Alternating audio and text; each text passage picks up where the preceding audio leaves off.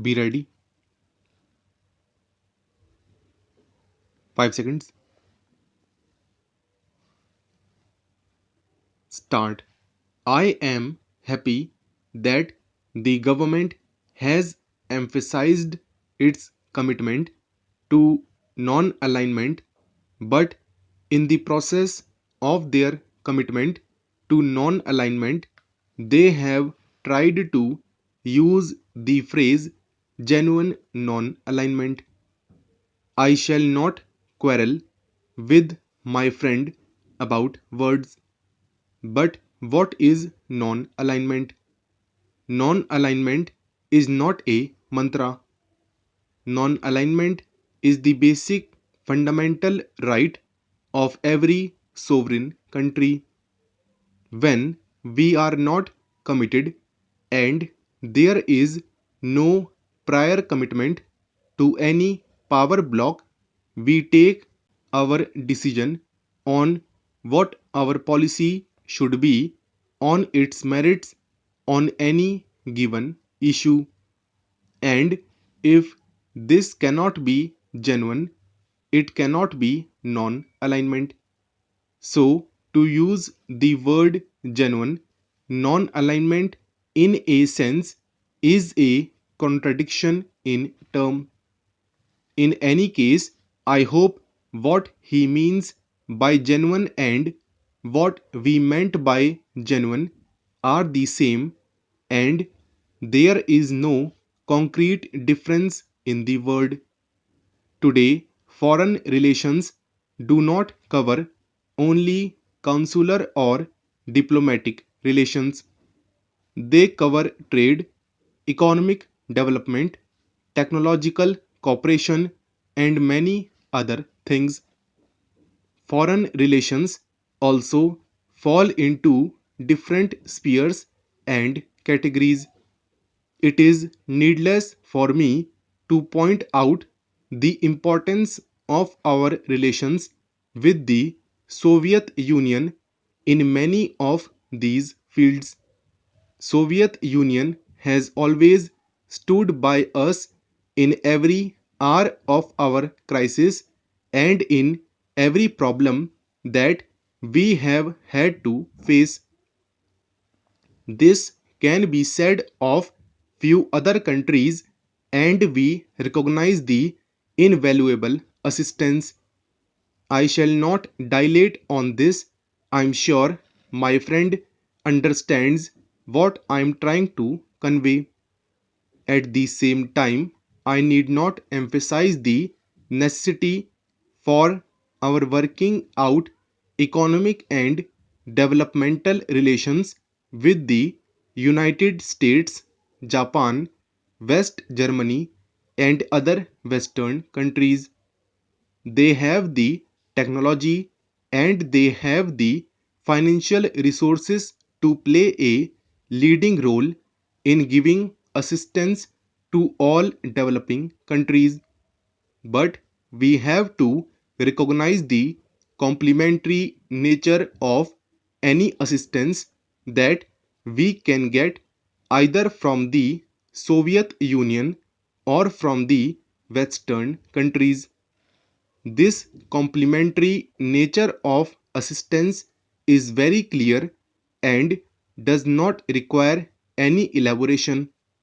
There is one other aspect to which I would like to draw the attention of the Honorable Minister. This is very often forgotten. We are not really an underdeveloped country. Next to the United States and USSR, the largest reservoir of technological skill do exist in India.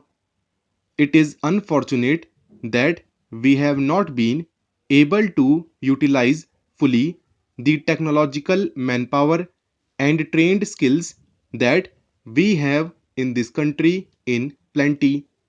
However, this very reservoir of technological skills and trained manpower can become a useful element and an asset in our foreign relations. We can, in certain fields, become an aid giving country. Giving of aid does not necessarily mean giving only financial aid.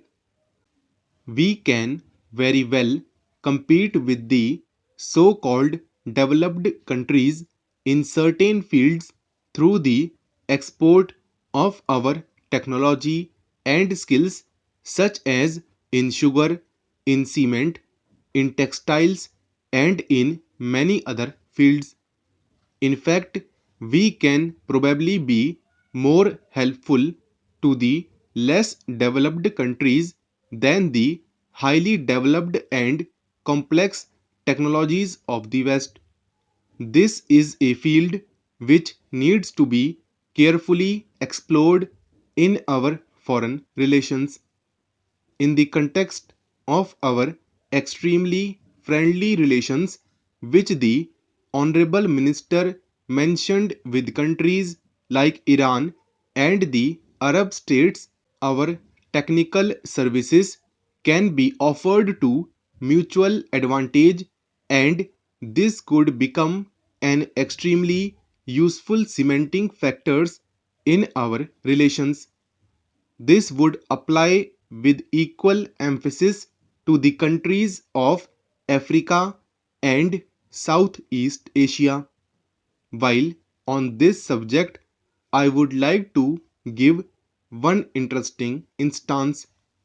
One of my colleague in this house was telling me the other day that he once suggested that we take on the technical survey free of cost of the hydroelectric potential of Indonesia, and how this could have been a contribution from us to the development process of Indonesia. This is a field where we have the manpower, the skills, and the competence.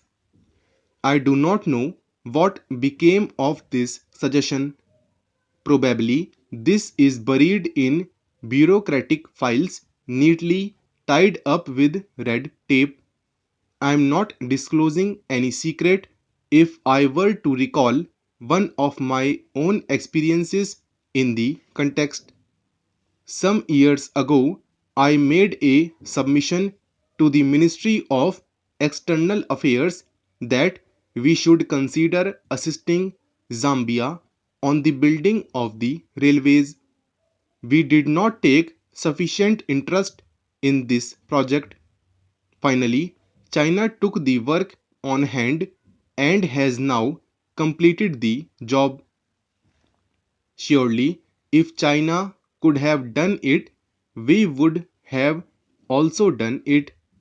Sir, I can only call it our lack of interest in the railways as an example of our bureaucratic indifference and incompetence lying therein. If we had undertaken their railway, our Bhilai steel plant, locomotive works, and the coach factory would have been kept busy for at least 20 years. I presume that my friend might say that this should have been raised earlier.